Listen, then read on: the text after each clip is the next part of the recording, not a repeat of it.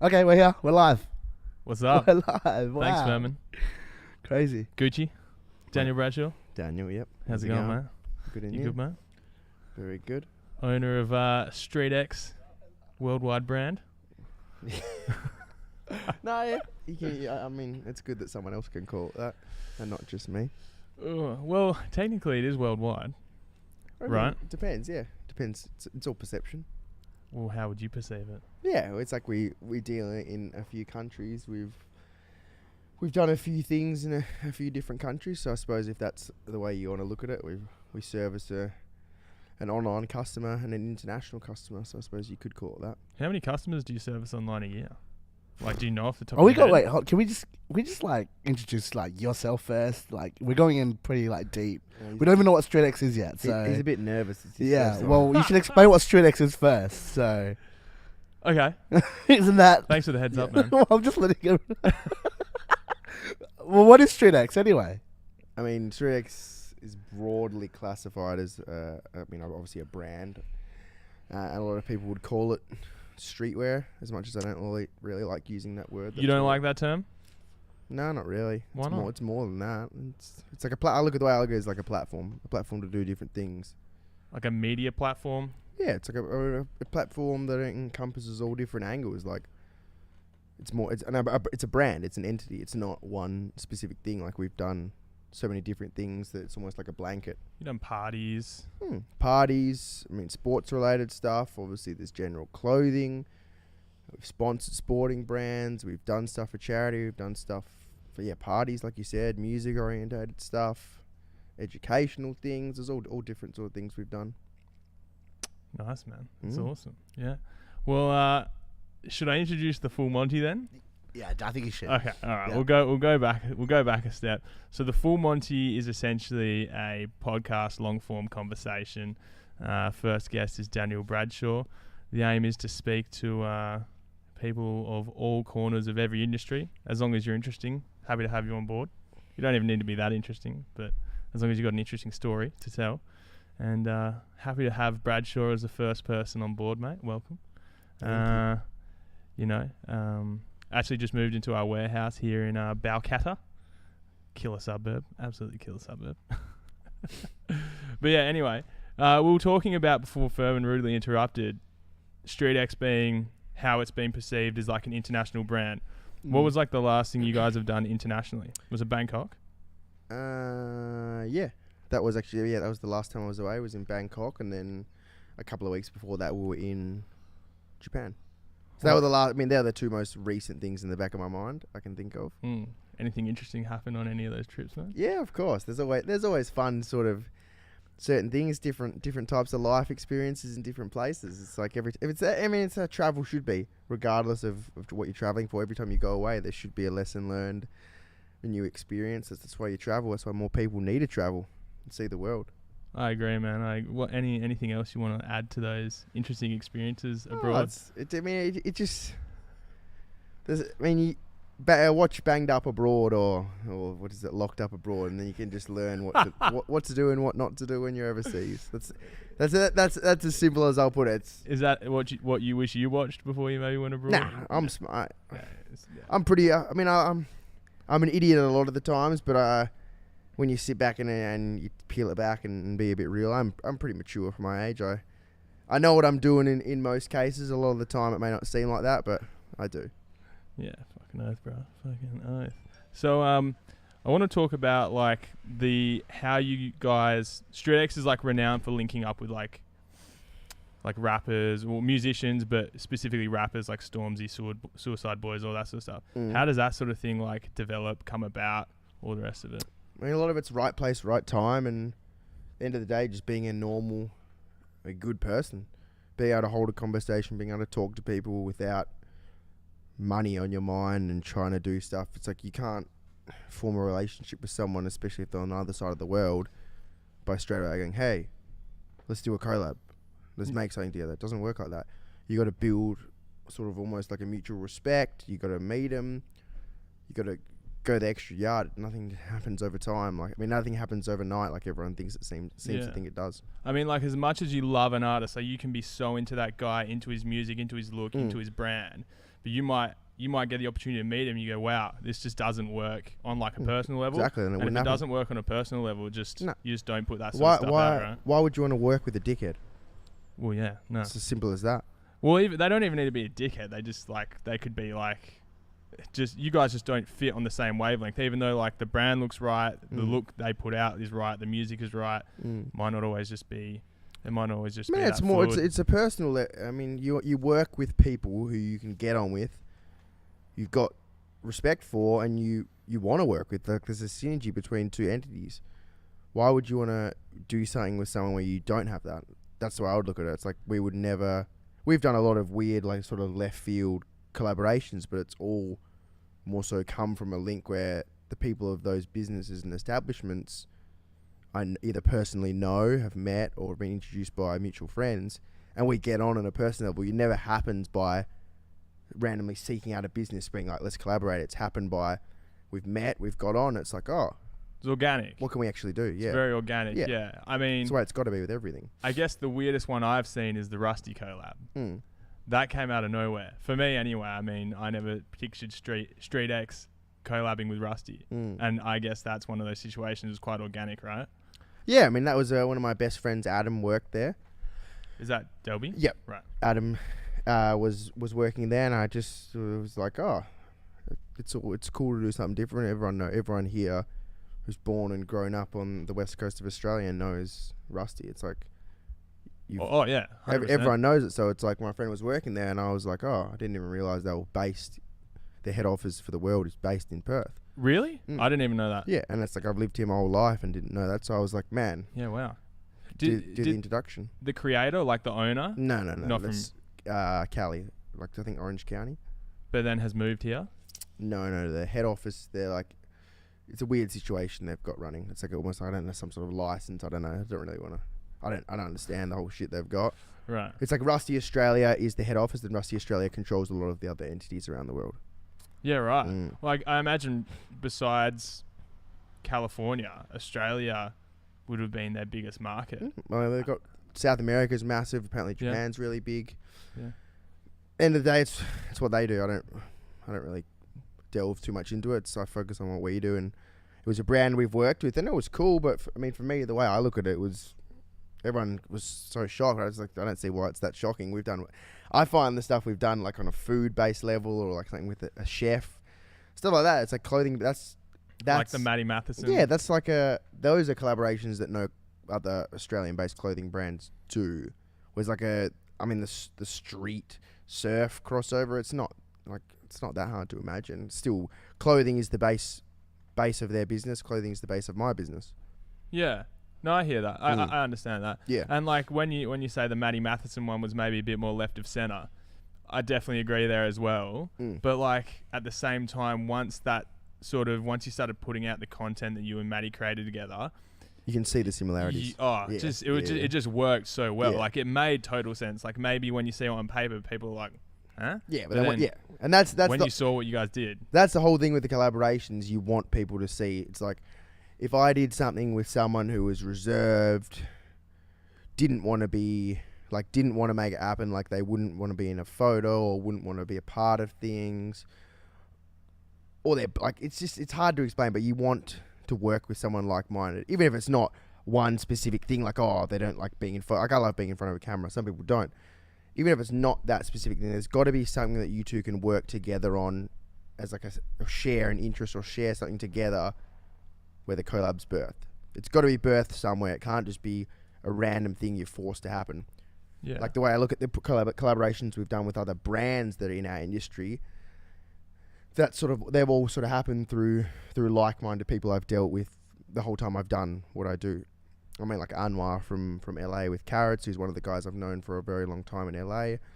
We've worked together so many times because I was always a big fan of his, and we originally started selling his product in our store. And that's how that came about. Yeah, and then that just grew from, we obviously met in person multiple times, and then it grew from there. It was never just like, hey man, can we do a collab? Like, there was never, you have to go there and meet the person, and you need to reciprocate. You can't just go there and walk up to someone, shake their hand and be like, I want to work for you.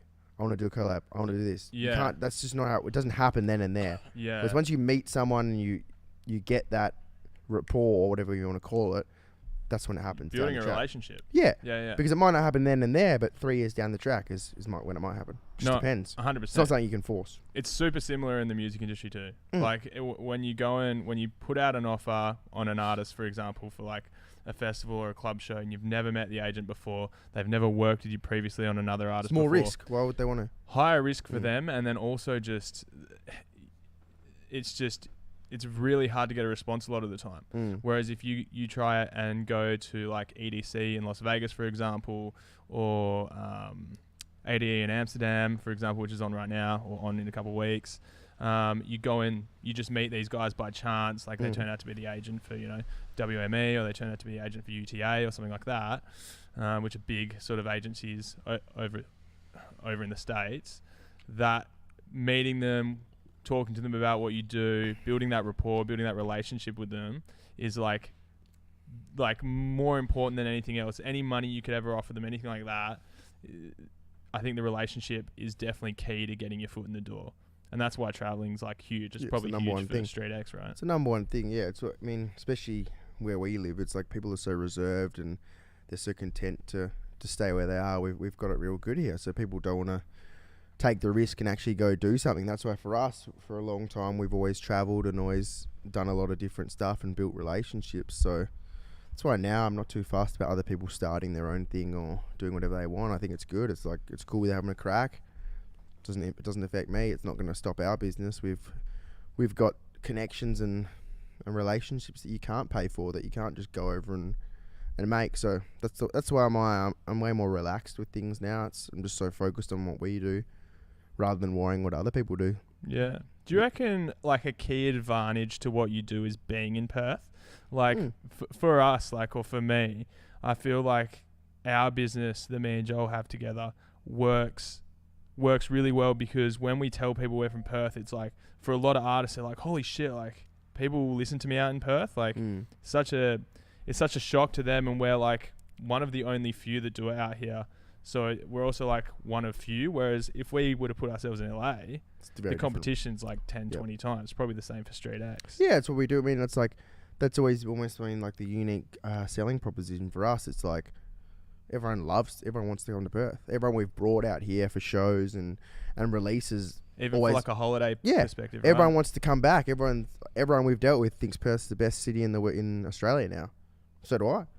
And like, that's why I agree. Everyone's always like, oh, why don't you open a shop in Sydney? Why don't you open a shop in Melbourne? It's like, why? Why would you aim there? Why wouldn't you aim overseas where there's an even bigger market? Yeah, and I think, there's just, what is there in the way of streetwear over there? Like, I don't really. I mean, Sydney's got a really well-known store, Supply. That's like one of the OG stores in our sort of industry. Like OG in Australia? Yeah, it's like the one that they used to have, the Supreme Connect. They've got all the great, he's an older dude who's got all the right connections in the industry. So that's sort of one you look. That's like the pinnacle of the East Coast, and then there's a lot of other cooler brands that are coming up over there. But yeah, the West Coast is easily the best coast. The best coast? Yeah. There's 4 or 5, 6 different stores that are all doing cool stuff. Some are just stores, some are now brands. There's way stronger presence here. Yeah, and I feel like that started with the Highs and Lows and Street X. We're probably the first two, right?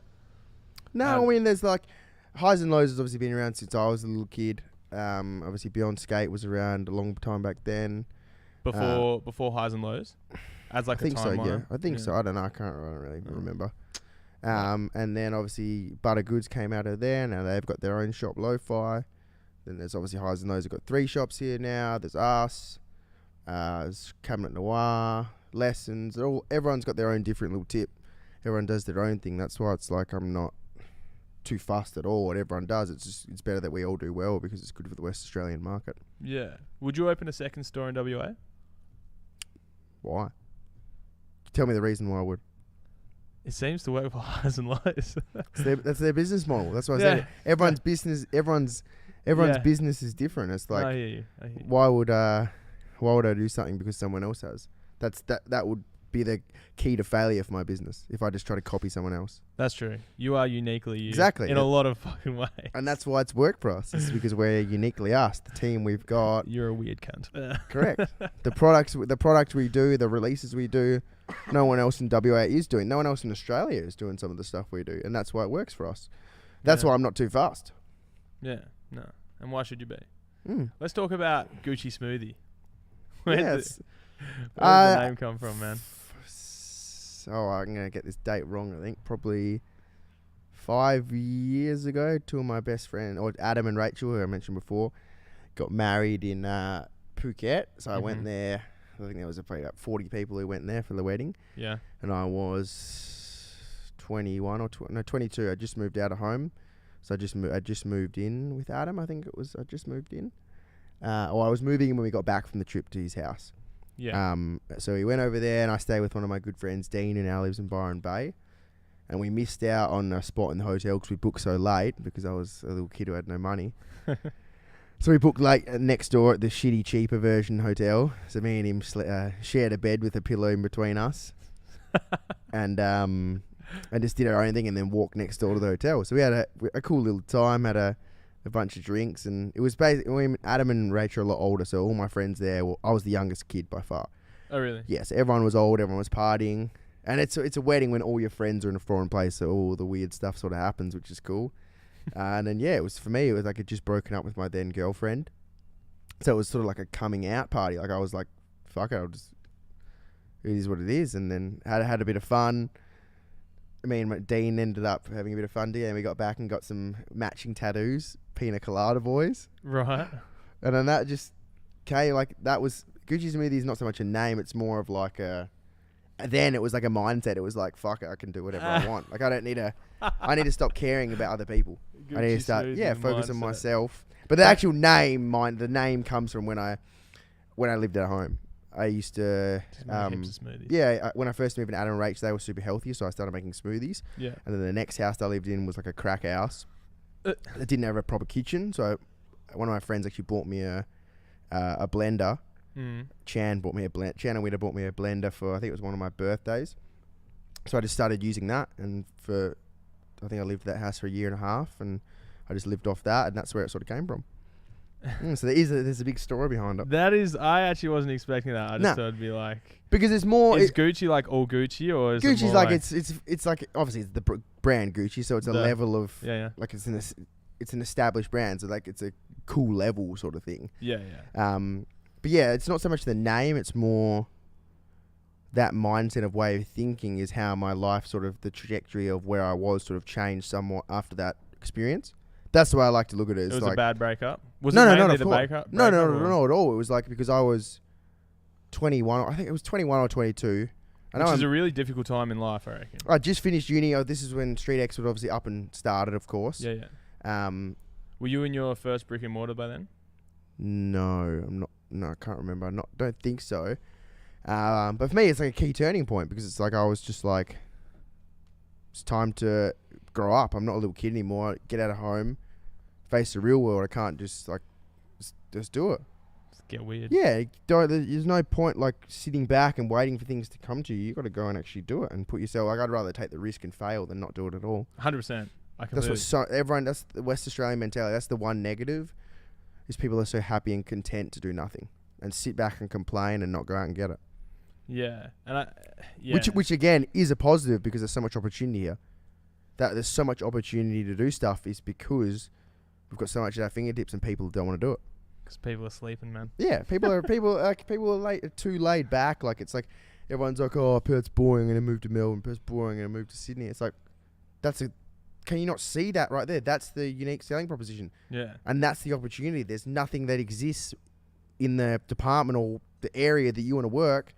Why don't you create it? Yeah, why don't you do it? Yeah, 100%. That's why like everyone's like, oh man, I want to make a brand, I want to be a DJ, I want to do that. It's like, how did you do it? It's like, why do you want to do it how I did it? Why don't you do it how you want to do it? Yeah, there's a huge issue with people biting other people's style. Like I reckon in terms of like club brands, streetwear brands, all the rest of it, you see stuff all the time where you're kind of like, I think I've seen that. The way I look at that is, sorry? Yeah, but you don't want to.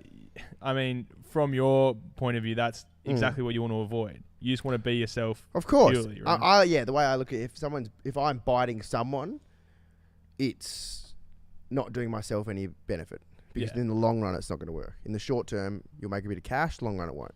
Just like you're biting the. Yeah, and that is what it is. It's a short term thing. 2 days done. Yeah. You're not trying to make a fucking brand off that.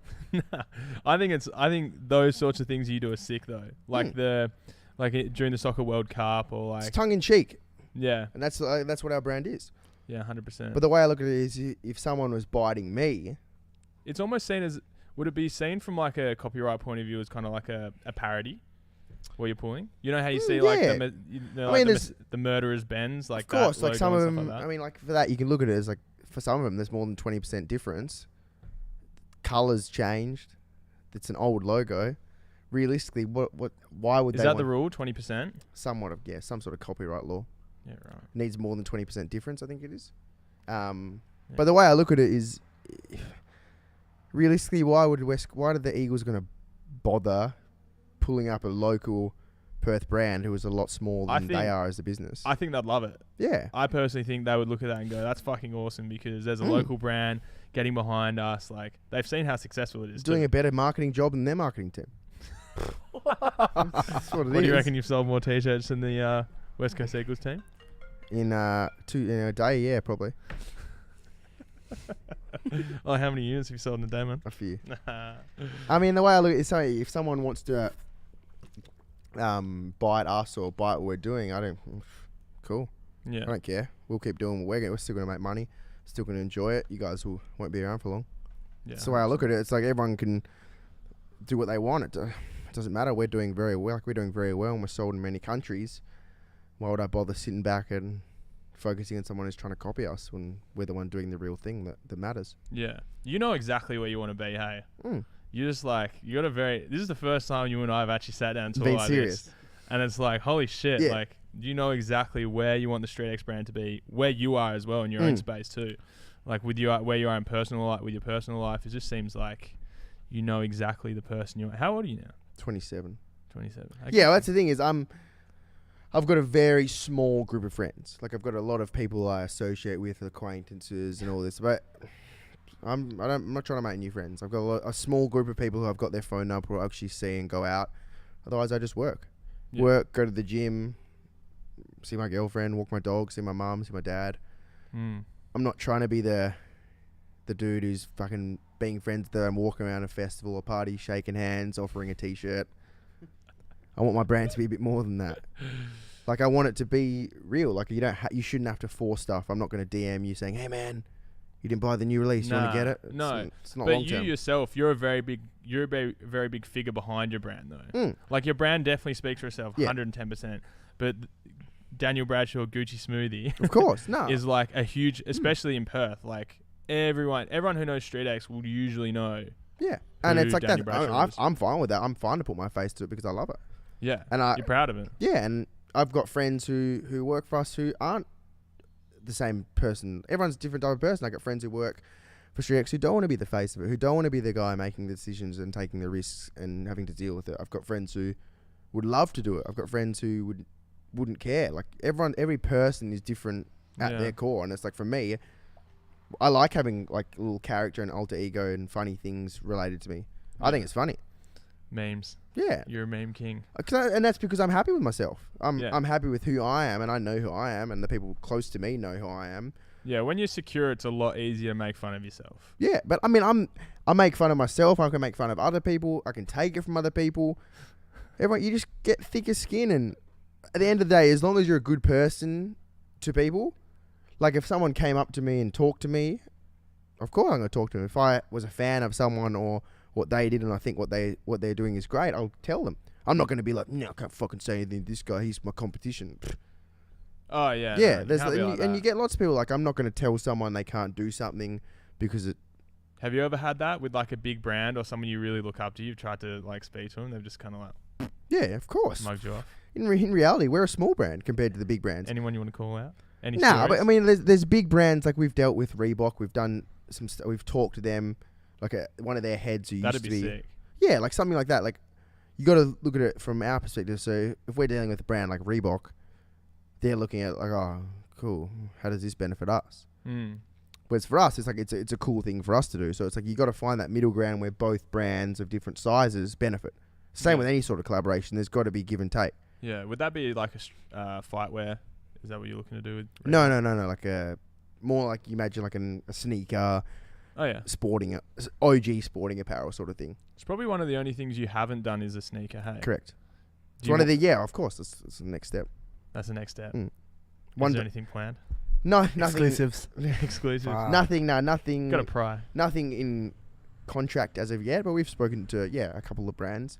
But it's again, you can't rush. Take your time. Straight X Crocs. Hey, I'm down. That'd be comfortable. That'd be Straight X Birkenstocks would be the one. Oh no, those things, Jesus sandals. Yeah, they fucking suck. Man, it's a reflection of the West Australian lifestyle. They summer the down at the beach, no. and then you can rotate them in winter with the socks.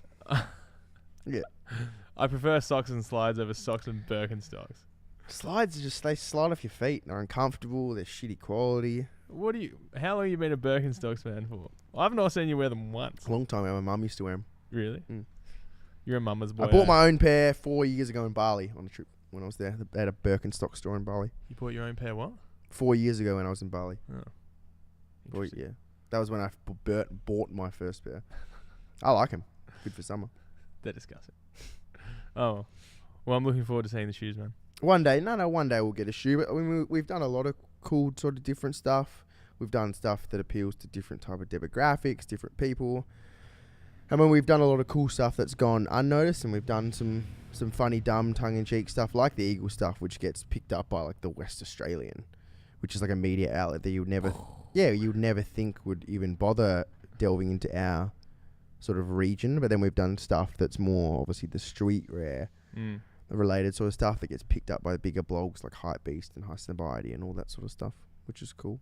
What do you think does better for your brand out of the two? Like being picked up by Hypebeast. Hypebeast is the coolest. I mean, Hypebeast is like the ultra serious as like that. Do they really do it? Any sort of like tongue in cheek joke? If you would like to do did the Maddie Matheson one get picked up? Yeah, that was Highsnobiety. Okay. But like, I mean, they're on the pulse. That's like any little kid who likes streetwear, they go on the Hypebeast website. Oh yeah. Yeah, like they did like an essentials thing on me and Street X, and we played like had a little fun with that. Oh, I saw that. Like the blender and the dog. Yeah. But that stuff's obviously great. It's great for the brand. Yeah. But there's far more to life than that. And that's building like your personal brand along with the street brand as well, especially that essentials one. It just does. It's more. It's all for the benefit of Street X, but of course. It's But like all that stuff, it's real. Like it's cool. It's just a proud moment being able to post that on social media. For a lot of people, that's a big thing. But we've been on there a few times now, so that'd be like someone's lifetime worth of work. Of course, but there's a lot. I mean, the way I look at it, there's a lot more cool stuff that you can do that doesn't have to go on those blogs. Like we've done heaps of cool pop-ups. Like the LA one went on there, but not all of them have been on there, and it's still for me like a life experience I'll never forget, which is more important. Yeah, for sure. What has been your favourite pop-up? Like that you guys have done, like in Perth or overseas? Like the most eventful /fun / LA one, because it's LA. It's like fuck. Did anyone cool roll up or? Yeah, that was cool. Like so, we did the LA thing. Did you do like a show with that one? No, we just did like a launch party there. Right. Yeah, so that was Did anyone perform? June. No, or we just had this guy Blondie Beach Records. They're like these cool LA DJs played. Okay. We were trying to book through one of my friends, Anwar. He was like, "Oh, you can get this underground rapper at that time, who was then Trippie Redd." Oh, so, no shit. We had 30,000 Instagram followers, and he was wow. Yeah. And he went to the. No, he didn't come. We were like, because we didn't know he was, and it was like, I was like, oh, he's gonna be pretty hard to deal with. He's a bit of a wild boy. He's a loose cannon. Yeah, and it was weird how that played out, how big he is now. But then we ended up, so we did the thing with Blondie Beach, and that was awesome. And then it's LA, man. Of course there's cool people who are gonna come. There's like obviously all the Odd Future things sort of existed in that area, and the guys I was working with, like again Anwar, to mention him again. Yeah. That's his friends. So he was involved. A few of them came. A few of the Odd Future guys. And then so like obviously if Tyler comes, then instantly, cameras out, he ran away. Oh, really? Yeah. But so it's like, he's a full blown celebrity. Yeah, he would be. Hey. It's like, I mean, Well, he's like talk show celebrity level. Yeah. Like he's not like music world No, celebrity anymore. He's like a rare commercial I mean, celebrity. so obviously being an Australian-based pop-up, there's obviously a lot of Australians there. So there was a lot of the young rusty surfers, especially. Yeah. And then he came, and I turned around, and he was there, and I was like, "What's up?" Talked to him, and then continued with my conversation. By the time I turned back around, there was like 5 or 6 dudes around him with the cameras in his face, and he just wigged out. And he's like, peace. Yeah. I'm out. Oh, that fucking sucks. But it is what it is. Fuck those people. But no, that's what I mean. Celebrities don't exist in Australia. The biggest celebrities we have are AFL players. Oh, I don't know. Who? Margot Robbie. When's she in Perth? Oh, what? You mean Yeah. that comes to Australia? Yeah, like Oh, fuck no. No, In no, terms no. of Yeah, Perth, yeah. 100%. No. But that's another good thing about being in Perth, though. mm, Because you guys are like, if a rapper wants to come through, exactly. or if, a DJ wants There's to come always an through, opportunity. like there's 2 or 3 big stores to choose from. And Yep. you guys have a really good track record with having rappers and Mm. DJs and stuff roll through. Like you just did the Snake Hips thing. I think Yep. Skrillex was meant to be coming through the store, picking some shit Well, up. he's or worn on about things a long time ago. Yeah. Lots of cool. I mean, you name a lot of cool people that've been to the store. Tariq from Power. Ah. Warrior. That was cool because I love Power. Me and I my love girlfriend that. always watch Power. Oh my So I god. love Power. So that was sick to see that. But he's a producer too, right? Yeah. Where is 20? I don't know. Where is 22 or something? Fucking oath. You should get him out here to do a show. That'd be That's so that's funny. just cool. It's just stuff like. Obviously, it's not the be all and end all of a brand, but it's sick when you see, like, people in social media, somehow like who you don't give clothes, ending up wearing your stuff, which is cool. Yeah, yeah. Well, who was wearing it the other day that you're like, Oh, what's who his the fuck name? is this guy? And then it's that fucking Rolly Rolly song. Yeah. What's his name again? You know that song, Furman. Oh, yeah. What's the dude's name? AONTO. AONTO. Yeah. Yeah, That's like one. that Yeah. dude was wearing a shirt, and I've got no idea how he got it. Oh, Which is crazy. like that's cool. Yeah, that is fucking cool. That is cool. Like stuff like that, and like getting tagged in things. Like, it's cool, and it's like it's just a Do you distribute in LA when you guys aren't popped up there? yes. Okay. We distribute all throughout America, China, Hong Kong, Japan, and some cities in Europe. Yeah, I that's mean, some sick. countries in Europe. Sorry. And you guys are on. Where are you guys in LA? What stores? We distribute through a store called Classic, Oh, are they on Fairfax. Yeah, they're on Yeah, Fairfax. and then 15 Urban Outfitters throughout America and online. That's huge. Yeah. Oh, That's what? huge. Yeah. I didn't realize you're on Urban Outfitters. Yeah, it's like dope. it's a cool. It's one of the cool one of the chains that's still got some sort of feeling of coolness. Yeah. They curate some smaller, cooler brands. Is there anything that's on par in Australia that's kind of like Urban Outfitters or? No, I mean, it's a tough one. It's hard. General Pants. General Pants is like the poor man's Urban Outfitters, the real poor man's. Yeah, it's like this real shit version of it. Because Ouch. they don't curate cool brands. It's like Do they do any external brands in there? I don't care. Oh, Or no. I don't. Yeah, it's like Bought my jeans from there. I think. That's yeah, it's not a place that I sort of would go to. So it's not. Yeah, You wouldn't obviously get your stuff stocked there then. No. Yeah. Like in Australia, for us there's not many places. There's like a cool, like Inku, East is pretty cool. Like they got a small set of stores. That's cool. Where's that in Australia? Yeah. I mean, glue stores. I know I've got a few. Why would I do that in Australia when we can service that consumer directly through our own online store? Online, yeah. Oh yeah. That's the way I look at it. It's like we do pop-ups. We've done pop-ups on the East Coast in Brisbane and Sydney. But that's all more for like the brand awareness. Of course, and then you convert sales with them later on, probably on online. Correct. That's why we're not focused on distribution throughout Australia. It's more overseas.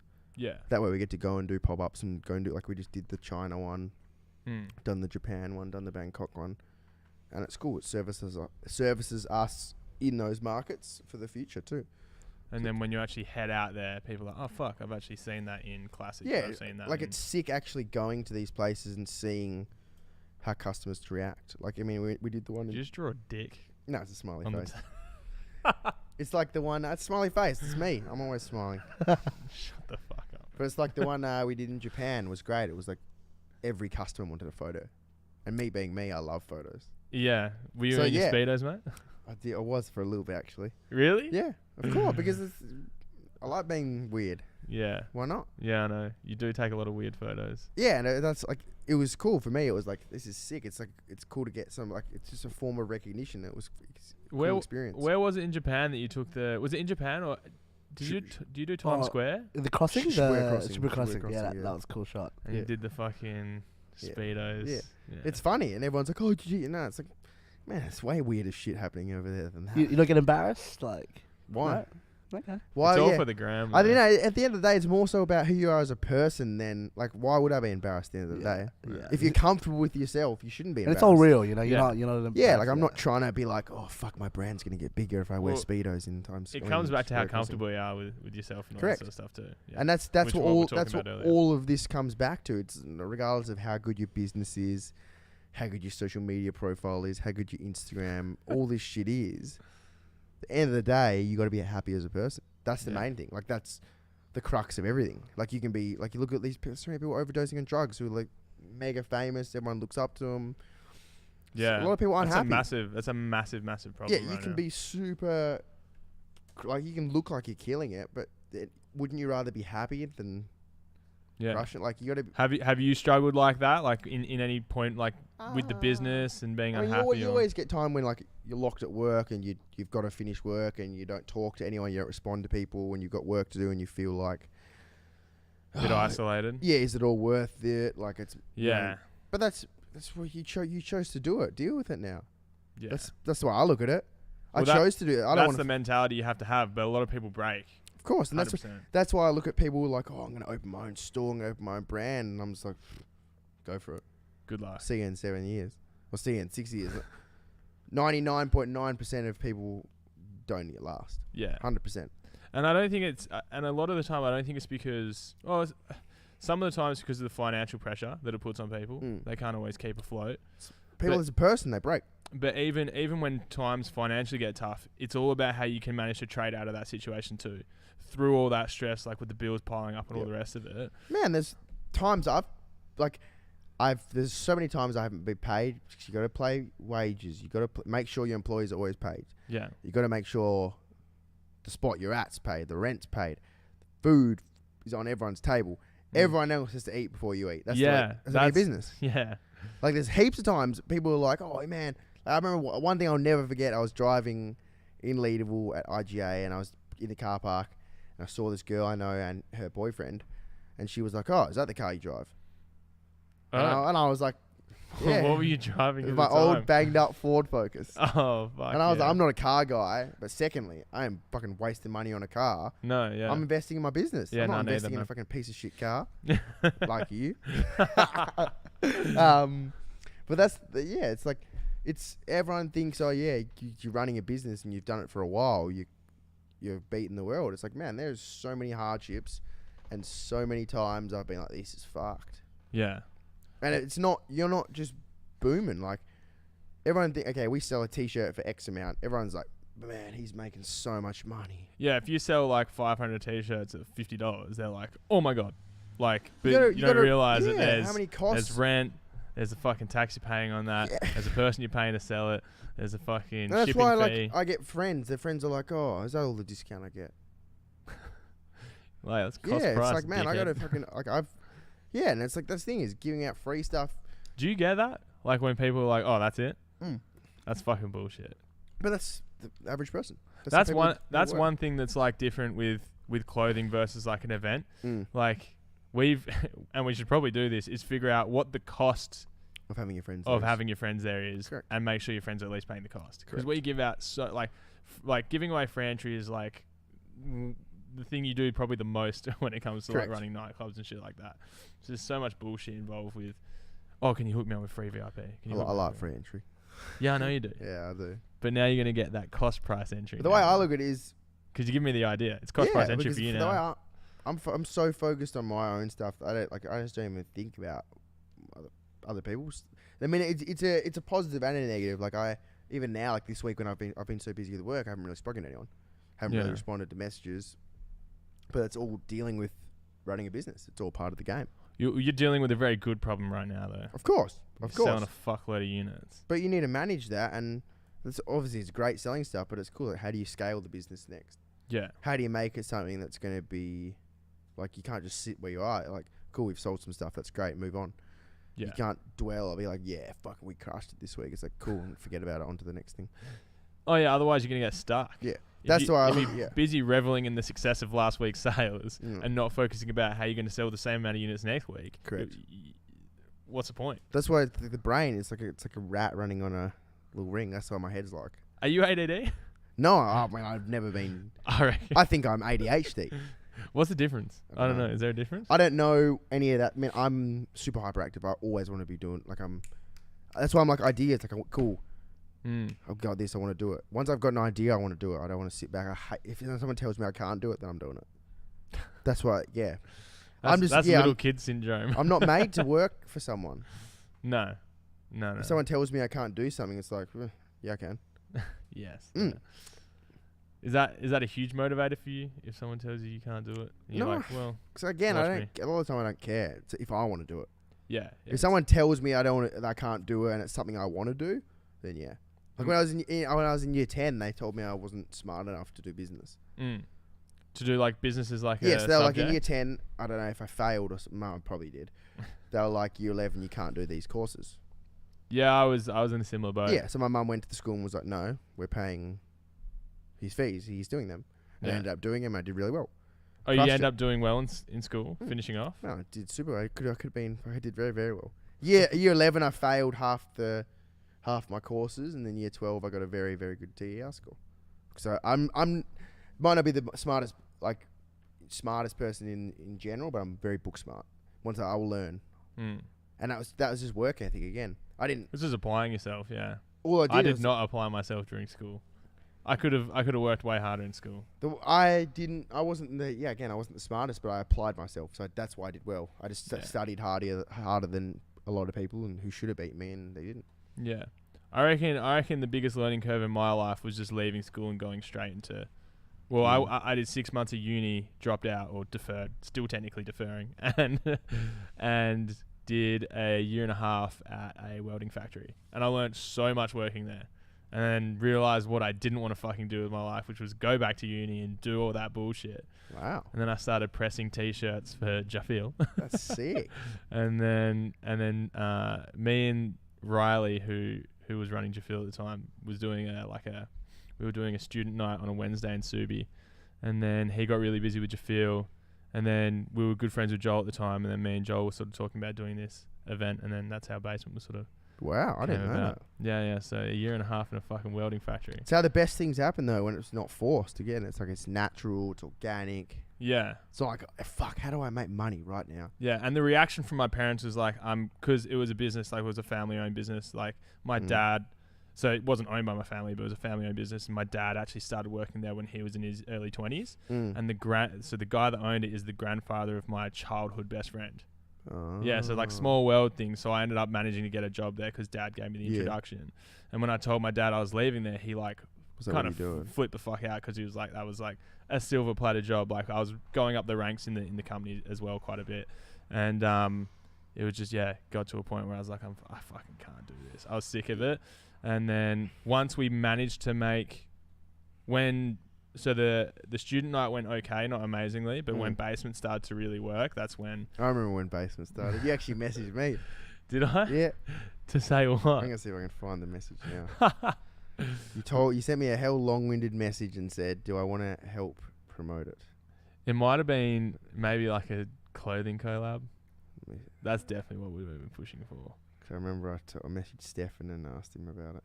Oh, probably. Yeah, let's see. It was probably Stefan, because I would have met you before that through Stefan. Correct, and that's when you'd Through messaged footy. me. And this is when Street X was doing quite well. Was doing quite well. Let's see. But that's how it all got started. I remember that, and I was like, the way I look back at that, I was like, I'm still glad that I never was like, because again, it would be against what I like randomly. Why would I have done it? Because Street X as a brand never sort of like crossed over directly into that market. So if it would have been fake on my behalf. Looking at it now as well, knowing Street X a lot better, and then knowing what Basement was, Oh, is. It would have been a Soon money to be grab for was. Street X. It would have just been It would have been a money grab for Street X, but it wouldn't have made sense for the brand of Street X to go and do that at all. because it's not authentic, and Yeah, that's the like that would go fully against. Even though we knew each other, it's still like No. it's like now it's like someone with a club night or some shit or whatever it is coming to me and being He's like, still oh, scrolling. yeah, I'm trying to find this fucking message. It's definitely here. Well, on Facebook? Yeah, Could have slid in. Actually, did Instagram DMs exist back No. then? Probably not. Still in 2016. Jesus fucking Christ. We message a lot, man. But no, that's the way I look at it. Is like, and again, and now it's fucking full circle, and we're in the same warehouse together. It's like, Yeah, that is crazy now that I think about it. Like, we tried to work together initially. there's didn't an really work organic out. way of things happening. That's the best way. Well, the things to happen. relationship's definitely built organically since then. Yeah, and 100%. that's because you can't. Like, I mean, I've had stuff with a guy in LA who I met through Unwell again with Carrots in 2014 maybe, and then he ended up working as one of YG's creative directors for his clothing brand 400. Oh, no shit. Yeah, 400, and it fell through. But he messaged me to be a part of like the YG pop-up tour for Perth and do like a clothing collaboration with obviously Street X and 400 and do that big thing. Oh, sick. Did YG end up cancelling, didn't he? Yes. Oh, No, okay. what No. actually ended up happening is Culture Kings just threw money at them. Oh, So they ended okay. up doing the in-store thing. Obviously, no collaboration with Culture Kings, but they just did the in-store thing. Which That's not like, I don't know. No, it's just a different way of looking at things. And for them, Yeah, let's be like, fuck well. it, let's get money. Whereas it would have been an awesome brand building thing for them to do with us here. But like that just... Yeah, that was probably like... It's easy for... I'm obviously looking through rose-colored glasses, but I think that's a mistake on their behalf. Yeah, but Like, they're... He's probably got enough money. You got to think on their level, yeah. Well, yeah, no, 100%. They've got... They took the money over... They took the money over something that's... Correct. Different way of doing business. Yeah, well... The way, and it goes back to those organic links. That was You're very through a friend. politically correct, man. It's just a different way of doing business. But that, yeah, everyone's... You're allowed to call it shit if you I'm think it's just trying shit. to find it's still going. But yeah, the way I look at it is it goes back Stop to looking. You're going to embarrass me, man. That's fine. the importance of that organic relationship is like that 3 years later, that almost, which really been really fucking cool, came about from a guy I met like in a night, like just in a general setting, and we got on really well and stayed in touch. And then that almost came off, which would have been amazing. Yeah. And that's also like another lesson to learn as well, is to not blow people off, even if you don't know them or whoever they are. Have you found it? Hey man, For I was fuck's sake, you can't. 23rd of the 4th, 2014, 11:02 a.m. 23rd of the 4th? Is there That would have been literally a few weeks before the first one. is that camera on? Yeah. Can they see from this far? So No, they wouldn't be able to that's the fucking length. see. Oh, as Oh, you they can can, yeah. yeah, it's a very long, Oh, winded fucking fuck. well Holy shit. well written message. I used to put so much effort into that sort of thing. Not so much anymore, man. Yeah, and again, like that, it's just funny to look back because that's just like even now we get some stuff we get messaged and I'm like, oh, it's something that I've been a part of or been to. Mm. You can still know to this day that music's not my forte. Well, you don't want to do a basement collab. But that's just What the fuck, man? that's yeah. It's not. It's more One last so, show. There's one last show left with basement. That's how I would look at it as from an outsider's opinion. It's like, I mean, an outsider's point of view. If you're looking at business in general, you can't just force things to happen. Like back then, No. we didn't know each other that well, and there wasn't that relationship like it is now. Yeah.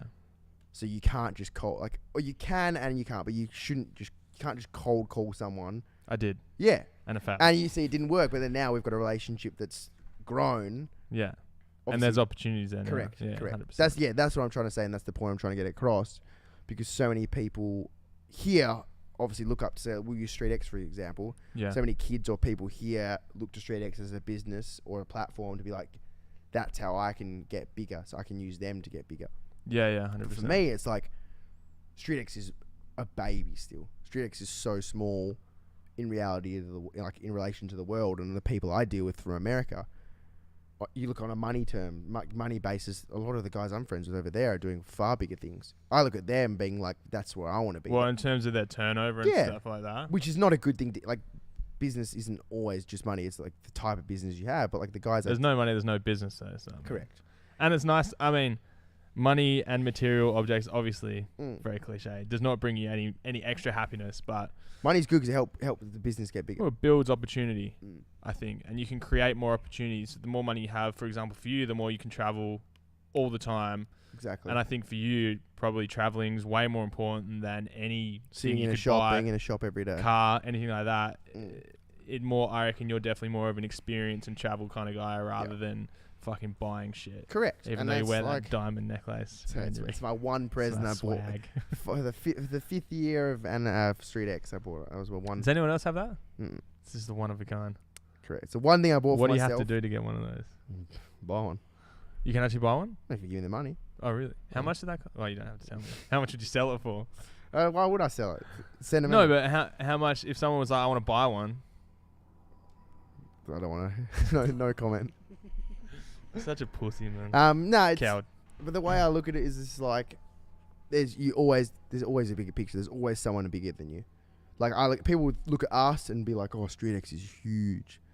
Man, it's like there's so many bigger things happening elsewhere. That's like the ladder effect, though. Mm. Like there's always steps to everything Correct. when it comes to business. Like for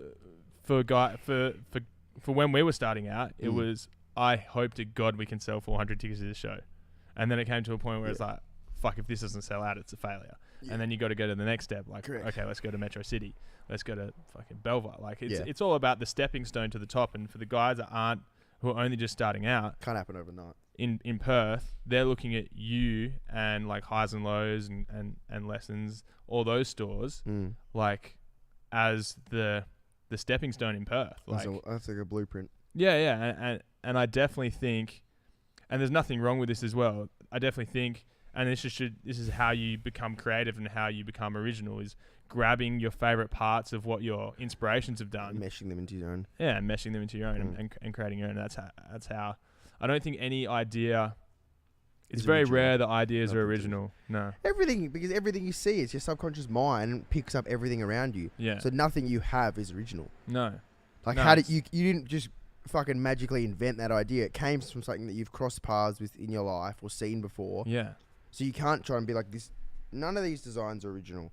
They're No. our interpretation of something we've seen or been a part of, or someone's, like one of my friends who did all this stuff. It's like, Probably whether they like it or not. Like they might think it's the original as fuck, not. but they've grabbed that from somewhere. but it's like we did this. It's an interpretation of certain elements that we've seen before with our spin on it, Mm. and that's why it's presented as a Street X product because it's our Yeah. own thing.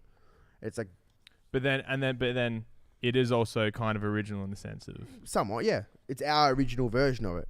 It's Mm. like it's our original storytell. yeah, Like the way we've told this story, we've told it in an original way. true. We've rewritten we've like moved the trajectory or changed the trajectory of what you see. Yeah. And the way I look at it is like we're not trying to claim it as original because I know better than anyone. Nothing's original in these days. Yeah. Did you think starting out like, oh, we're gonna be fucking Of course, original as every fuck? naive kid Yeah. starting a business does. I 100%. think we definitely thought that. Like that we were doing like saying original as 100%. And fucking I look back now. I did some funny things like fuck the market and all that sort of stuff. cool. Yeah. That I look back now, business owners in our industry would have been like, "What is this kid doing?" But I wouldn't change anything because it's all part of the learning. It's all part of the. You got to the punch lessons up. learned. Yeah. You got to punch up, and that's probably what you're doing by saying fuck the market. What was that? Was that when do you guys still do the gold bars as like the logo? I mean, that was a branding element we always used because originally everything was like stock related and stock market themed. That's where the name sort of comes from, and that's what I was. That's what I was going to ask. I was at uni. That's where I was studying. So it was like I did business at uni, and that was obviously where that basis came. And uni teaches you great textbook answers. Uni doesn't teach you hands-on real life shit, Yeah. and Well, that's what I learned. Like, Yeah. That's what I learnt when I was out working in the real world and doing all that sort of stuff. Is like, that's why I reckon it's the biggest learning curve I had. Yeah. Because going back and learning how to do proper accounting and proper budgeting and proper taxes and all that sort of really still learning all boring. I fucking don't Yeah. really know. Like I actually don't know still. Yeah. But it's all about manage. Well, it comes down to management really. When Correct. it comes to learning how to manage those Yeah. things, employing the right people to do it for you correct. is definitely a massive 100%. part of building the business. Yeah. But yeah, I think going out and doing and seeing that things don't like actually fucking get done without like a big team effort, but someone driving that effort, And that's what I sort of saw when I was at that business. I was just kind of like, this is just like, I don't want to be an employee. I don't want to be a part of someone's cog. Yeah, that's my Like- biggest problem with university is like you can go to the most established university, you can do the best courses. It's not real life. Like you're there to read out of a textbook. A lot of like, And you usually end up working for someone. yeah, and it's like that's what I did at uni. It was like, cool. You go to a tutorial. The guy sits on the fucking whiteboard, draws his stupid little diagram. It's boring. He gives you a textbook. Read these chapters. Do these questions. And a tutor is a guy who's done the same course and now is working part time as a tutor. Or it's like kids at school. You look up to teachers as being these like authorities. Like teachers are fucking idiots a lot of the time. Fuck, man. I had this thought, like, literally, it took me to like 22, 23 to actually figure this out. I thought, because I didn't really think about school much after I left. It was, you're kind of just like, fucking that's done. Yeah. Thank God. But when I was going back and reflecting and thinking about, like, I got invited to go back to school for, I can't remember what it was, like Old Boys Day or something. I was thinking about, I was like, I wonder what teachers are still there. And then I thought about it, I was like, fuck, man, like some of the teachers and how they treated us, like as students and stuff, and the way they went about teaching, I was like, they're just dickhead. Like they were just assholes, like power controlling pricks. But at the end of the day, it's like you get obviously at school. I had some great teachers, some great experiences. No, yeah, with. don't get me wrong. But at the end of the day, like, Some are there for the wrong reasons. oh, Big totally. time. Yeah, and I just looking back at it now, it's just like, fuck, man. Like I remember I got suspended in one of the year 9 or 10 or something because my hair was too long.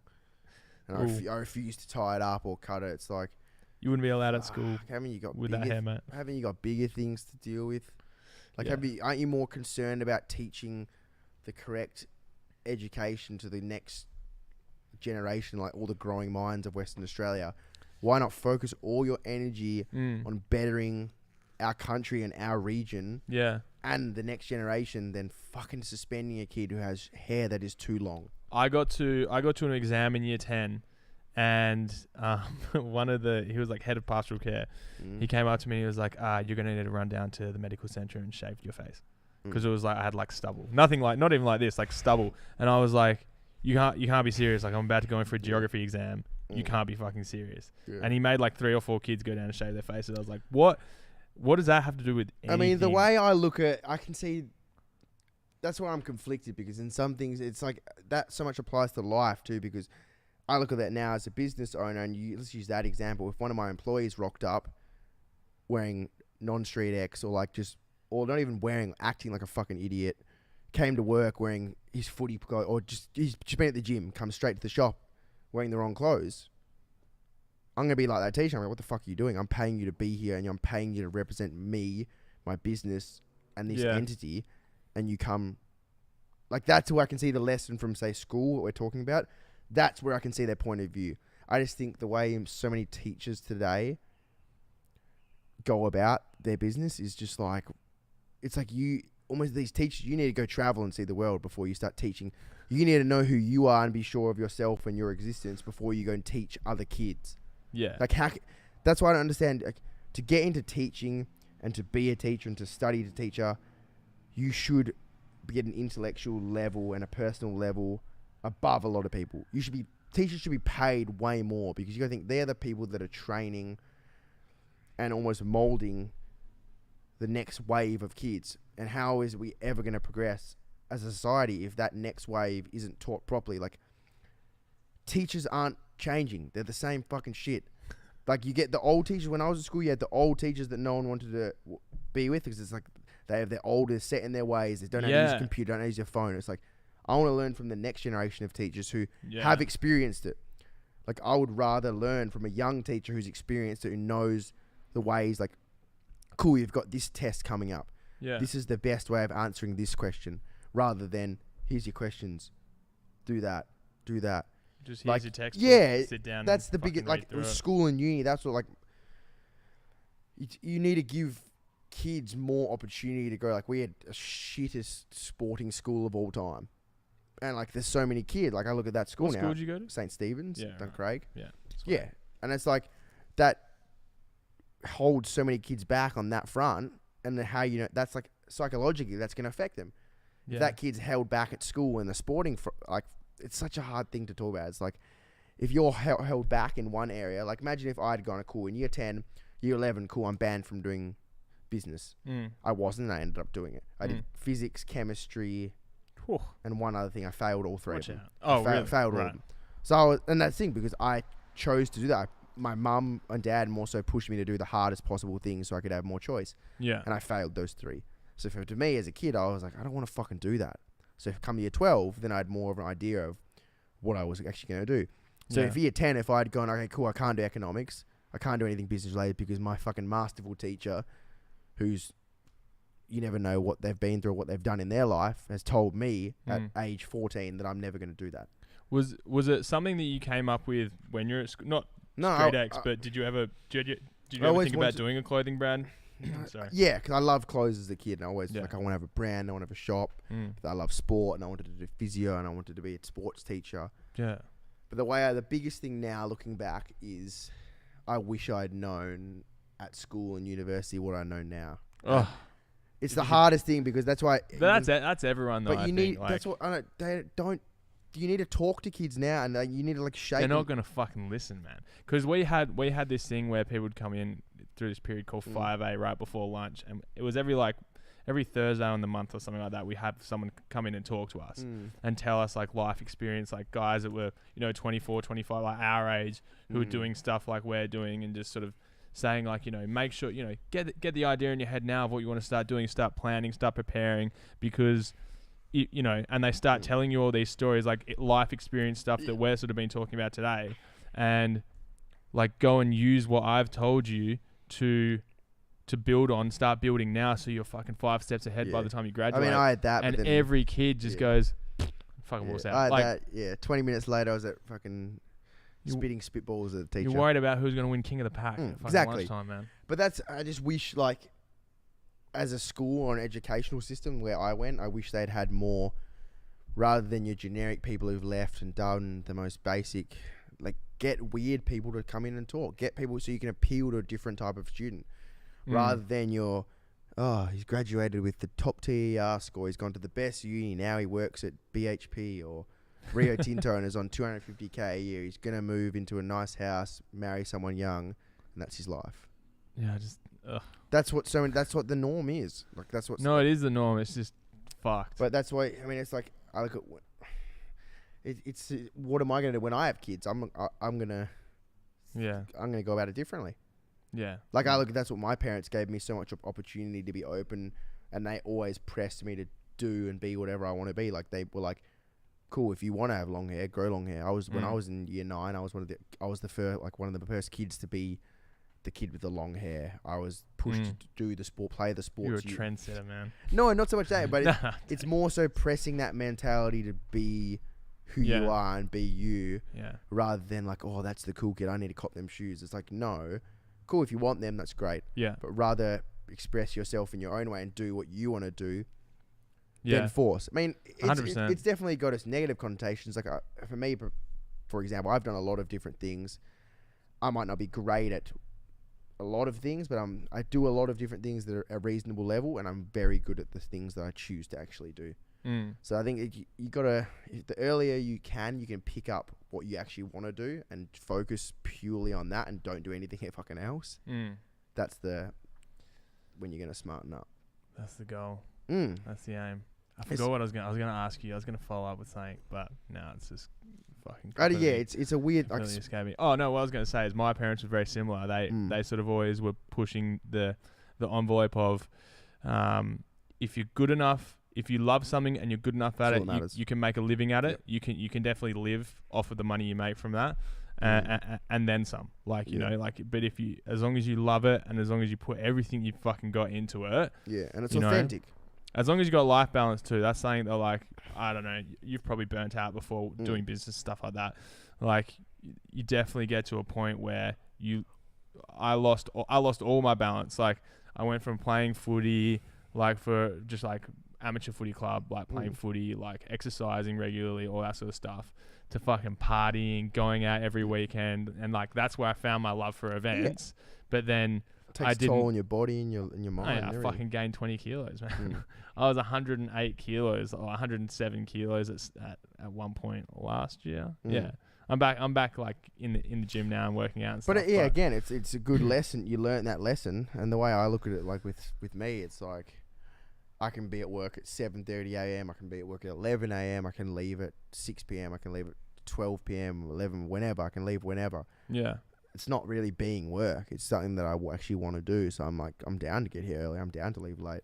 Yeah, but then that's the way I look at it. But then sometime, like, it's course, very much like that yeah. at the beginning. That's what I found. But now there's times where I'm like, oh, I actually have to fucking do this now because I now have an obligation because I've, for you, like, I've put this T-shirt on sale. I now need to go manufacture 150 units for all these people. Yep. And that part can sometimes be a little bit, because then that's when your customer base have put like their faith in you by giving you money and the time restraint on you too, and like the pressure on you. So like you're always.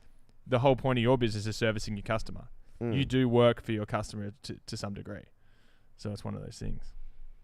It's one of the hard things you got to deal with. It's like at the end of the day, you chose to be here. Yeah. Yeah, 100%. Like I chose to be doing this. I chose to be where I am now. So now get on with it. Like I've got lots of parts of the business that I don't like doing. You still have to somewhat be involved with them. It's gotta... Well, yeah, you have to. It's one of those things going back to like what you do and don't know, and what you are and you aren't good at, is going back and finding the right people to manage that for you. Like you may not be the best Photoshop guy, but you can stand. You can stand behind someone or give someone like your inspiration and hope that and direction. I know what I'm good at, but I know what I'm very bad at. That's what I can say. I can confidently say for me that's a positive. I know I'm good at stuff, but I know I'm very fucking bad at certain things. And that's what you got to be able to tell yourself. Like, you got to be able to realize when you're wrong. Yeah. And when you're wrong, you got to be able to say, yeah, that was my fuck up. Yeah. And a lot of people can't handle that. People can take criticism and then they shut down. Like, I love getting told how good I am, all this stuff. Everyone loves it. It's great. But I get told, lots of my friends who are my age who aren't like the little kids who love Street X, they're like, that's fucking dumb. Or they aren't as impressed by stuff. Yeah, no, like they're not impressed, like because they're used to it. They know me as a person. So they're like, man, what the fuck are you doing? Like I've got a lot of friends like that who, like Stefan, you know Stefan. Yeah. He's like an older brother sort of version of me. So he'll be like, what are you doing? Like it's not cool.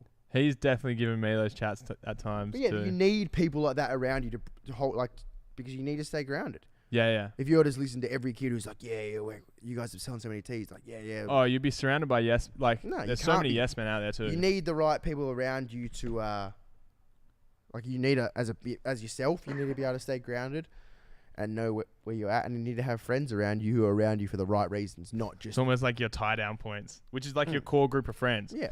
It'd be like your Stefan, your Chan, all that sort of stuff. Lots of just friends who I've got who I actually talk to, and I'll talk to outside of work. Yeah. That you haven't met through work as well. Because for me, there was a long time as well where I was really only connected with people that I was either working with or like were coming to the club nights. And I lost, because my work life was also my social life.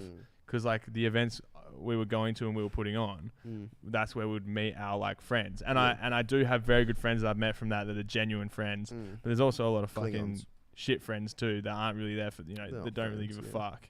And they're friends because it's a cool brand. But just recently I've started to reconnect with like guys that were like I was friends with before I was doing anything like no, they're like, I'm fucking, everyone wants to fucking be my mate or anything like that. Like not at all. But there are a lot of shit cunts out there. Of course. And I think it's good to have that, like you say, that core group of friends, like what you're talking about, to keep you grounded and to pull your head in. The way, like even with work, I've got a certain way of doing things that's my way of running a business. That's my way of doing things. I've had friends work with me who've left because of that, and I've had friends who work with me and love working with me. Yeah. It's just the way I am as a person, and that's my type of way of doing things, and I'm not going to change that for someone. No. It's just how it is. It's like you got to learn how to deal with people and learn how you want to do stuff. There's times where you have to give and take and say you're wrong and you stuffed up. There's times where you'd be like, nah, this is what's happening. This is the way it's done. There's times you got to take charge. There's times you got to take a step backwards and let someone else run with it. At the end of the day, it's like, this is my livelihood. I've done this for almost 7 years. I'm not going to... It's hard admitting you're wrong sometimes, especially when it's like your vision a little bit too. When it's like saying that you've gone, I really want to do this, and then someone sits you down and go, look, man, think about it like this, and you're like, oh, damn it. At the end of the day, it's like you got to take it, on both perspectives, it's all well and good someone sitting you down and saying it's wrong. Yeah. If they haven't been in that position, they're not the one putting anything on the line. No. Like, it's an opinion. Yeah, it is. Someone, like, we've done releases that have done amazingly well that people have told me not to do. I did it. I took the risk. I did that. It's on me. Did really well. Made a lot of money. Yeah. I've done some that have done really badly that they've told me to do or that they've told me not to do.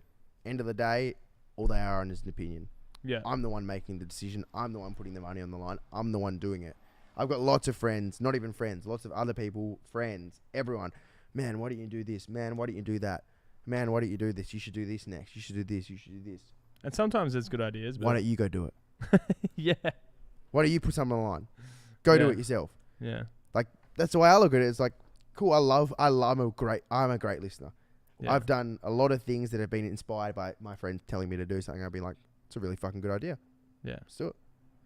And that's, I can again say that's one of my positives is I can listen. There's a lot of things I'm fucking bad at, but I can take that and run with it. Mm. If that idea triggers something in my head, I'll go do it. Yeah. You just gotta know what you're good at. And I know, like, I'm really bad at doing the numbers. I'm really bad at sometimes dealing with people because I'm blunt. I'm not gonna sit around and be like, oh, You think you're a bad people person? no, I'm very good with people, Oh, right. but I'm I was very about to say, yeah, like in you're good certain with people. So. perspectives. I mean, it's Right. not perspectives. Sorry, that doesn't make sense. In certain situations, Yeah. I can be because it can be perceived in a certain way. I'm straightforward. I'm straight to the point. Especially if it's work mode. Mm. It's like, this needs to be done. If it's not done, why isn't it done? Yeah. Well, it has to be like that. Yeah, and it's like, you're doing it right now. No, I don't care what you're doing. This is what's happening. Right, Furman? And no, like, sometimes, No comment. of course, sometimes I've been in the wrong with that, but I've gotten our business to somewhat where we are now, to a point where it's going reasonably well. Yeah. We've got there doing this.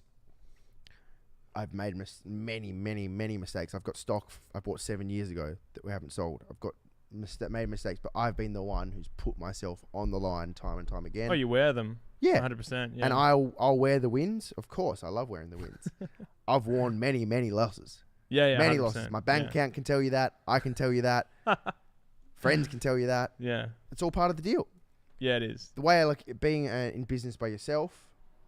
Well, that's the beauty of being in business by yourself, though, because when you take those L's, sometimes those like financially, or whether it kind of might have done well financially, but it was still like, you know, in looking back at it, it wasn't the best move for the brand or something like that. When you take those L's, but it's your L, and you don't have to fucking answer to someone. Can't you shift the blame don't on have anyone to else. answer. Well, you don't have to answer to like say if you got an investor, like fuck that shit. Yeah. Like fuck owing someone money. Tell me about it. It's like, and you look at it on a personal level. It's like you get in an argument with someone and you go, "Why'd you do this wrong?" "Oh, he did it. Was it?" Dude, take the fucking ownership. Yeah. Yep, man up. It was me. I fucked up. Yeah.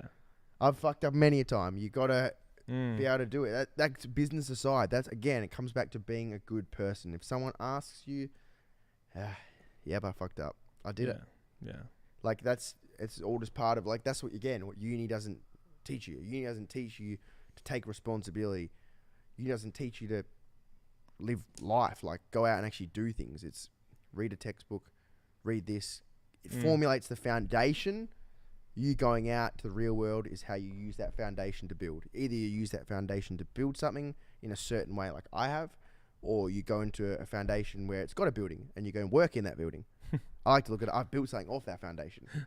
Other people have just walked into a house that's on top of a foundation. Yeah. It depends how you want to look at it. It's like, obviously, we can say we're in business by ourselves. We work for ourselves. No, that's, in some way, that's correct. I work for a lot of people. Yeah. Because I've got a team around me who all work, who all get paid, and all deserve to get paid. And down the track, as we grow, they're going to become even more integral parts of the business. Yeah. And they're going to get more and more opportunities. Like, for them, StreetX is also a platform. StreetX is a time where they can work creatively. Down the track, they can get other bigger, better jobs. Everyone's going to leave eventually. Mm. But they also have an opportunity, because it's like still a small business. Of course, yeah. They have the opportunity to build a massive branch of that business. Correct. Whilst it is still building it for you, they still have a chance to have an ownership over what they're doing for you within Correct. the business. And there's nothing wrong with that. Like, But, I like, think that's awesome Some too. people, that's what some people are built to do. Some people want to do their own thing. Some people don't. I've got guys who work with me who want to help build StreetX. I've got some guys who work with me who want to build StreetX for now and then do their own thing. That's all fine. about inspiring the people that work for you too. Which is Like- a hard thing for sure. Yeah. Because you can't, like, even with me, there's sometimes I'll go into work and I'm super positive and I'm down, let's fucking do it, let's do some shit. Other times, to my detriment, is I come in, I'm like so focused on my own shit and getting shit done that I'll be even more blunt than I normally am. Yeah. No, do this. No, do that. And that's something I need to work on. But as a team together, everyone needs to know the strengths. Do you and think you need to weaknesses of work each on players. just being more consistent Correct? rather than having those peaks and those valleys? Yeah. Because you can't always be up here. No. But it's really shit when you're when people that work around you can noticeably tell you're like in a bit of a shit mood. Like, it really brings down how everyone wants to work around you. Correct. Yeah. I mean, the 100%. way I look at it is we get super busy a lot of the times. Sometimes, of course, I'm stressed. I try to get things done. But yeah, again, it comes back to what you were saying before is you need the life balance. Like, if you don't do anything else but work and you work yourself into a hole, it's negative for everyone. It's not just negative for you. And then in turn, once it's negative for everyone else, it's negative for your whole business. Yeah. I think exercise is probably the second or third most important thing after work. It's a part of the major three. Like, your social life, like your family and your friends, is one major part. Your work's another major part, and then your exercise is huge. Like, exercise for me has become, and it wasn't for a long time when I was working in this business, but exercise has become a massive outlet for me in terms of getting my stress out. Like, if I don't, and like after we're finished here, you're gonna go training, I'm gonna go training, and we're gonna go work. Like, we're gonna go work out. And that's, for me, a very good barrier or a very good way to get out of my work space, out of my work head, and into my, I've just worked out, go home, have a shower, eat, relax, chill. Probably don't do any work after that. Maybe if an email comes in, maybe one or two, but nothing to get me back in this high stress sort of, because you're quite high strung when you're at work. Correct. You have to be. Yeah. Otherwise, you don't stay really productive. But then working out, for me, is an awesome way to unwind. And like switch off. Well, the way, I mean, even though with that, I agree to a degree, but everyone's sort of different. Like, the way I look at it is, of course, for me, exercise, is great. Work is a big part of my life, but like, you just got to live your life. You got to say yes to more things. Like, you got to be like, cool, I'm so busy with this. Come do this podcast. Yeah. Come meet me at this place this weekend. Go, like, obviously you need the money to make that happen, but you need to be able to do stuff that you've never done in your life before. Isn't this why you work for yourself? Like, that's the way I look at myself. Is like, I want to be at the point where I've got the ability to go. Like, I get invited to my friend's wedding in Japan. Cool, I'm coming. Yeah. I'm getting invited here. I'm coming. Why? I've got the team around you and the team I have around me. I've got a bit more time to relax now because they've been with me for a longer time. There's more of us now. Everyone's picking up the slack. They've got more responsibility on them. So there's time where I can step away and be like, cool, I can do my bit from my end. You guys still run all your shit too. Yeah. And that's probably like a big reason why I've started doing this, is because it's something that I think, well, I know I love talking to people for fucking hours on end. Like, I can do it all day, every day. I love talking to people. It's probably what I do most when I'm in the office anyway, like chatting on the phone or whatever. Yeah. And sometimes not even talking about work. Like, it might be like it might provide a new work opportunity and stuff like that, but I think just sitting down and talking and fucking having this outlet is going to be really beneficial to like my other work and stuff like that. And a lot of people don't. Like, a lot of people don't take the time. Like, there's times when I'm so busy that I won't talk to anyone, and it's a thing that a lot of people need to do and need it. You like, that's cool if you're happy with all yourself and all this shit and you're living your life. Why don't you help other people do it too? That's how the benefit of talking to someone, and if someone can see the way you portray yourself in a positive manner, and they can watch this or watch another. Like, I watch a lot of podcasts, so they can watch that person and be like, fuck that. Like, I've watched someone be really inspired by someone. So if you can do that too, like, even if it's not on a podcast or if it's just in general passing life, you meet someone out one night and you're having a drink, they could leave that and that could change their life forever. Yeah, 100%. Like, you could meet someone at a fucking coffee shop for 5 minutes and your life will be different forever. Yeah, 100%. From everything. That's why, again, travel, everything, experience is experience trumps everything. I don't care Mm. where you've worked. I don't care what degree you've got. I don't care how smart you are. I don't care who your mum, dad's, brother's boyfriend. I don't care who you're dating, what sporting team you play for. Yeah. Experience and the story you can tell is so much more important. Yeah. And that's why I wanted you on here today, man. But you got to shoot off, hey. Yep, I think I do. Thanks for being a part of the first one, dude. Thank you. I Yeah, really sick. appreciate it. Yeah. It's cool to have a good talk in just a different sort of non-work related way. I feel better. Yeah, it's cool. Yeah. All right. We'll be back next week probably with our next guest. Haven't figured out who it is yet, but we'll be back next week. Thanks for joining in for the first one. That's work. That was cool. Oh, it feels weird. Where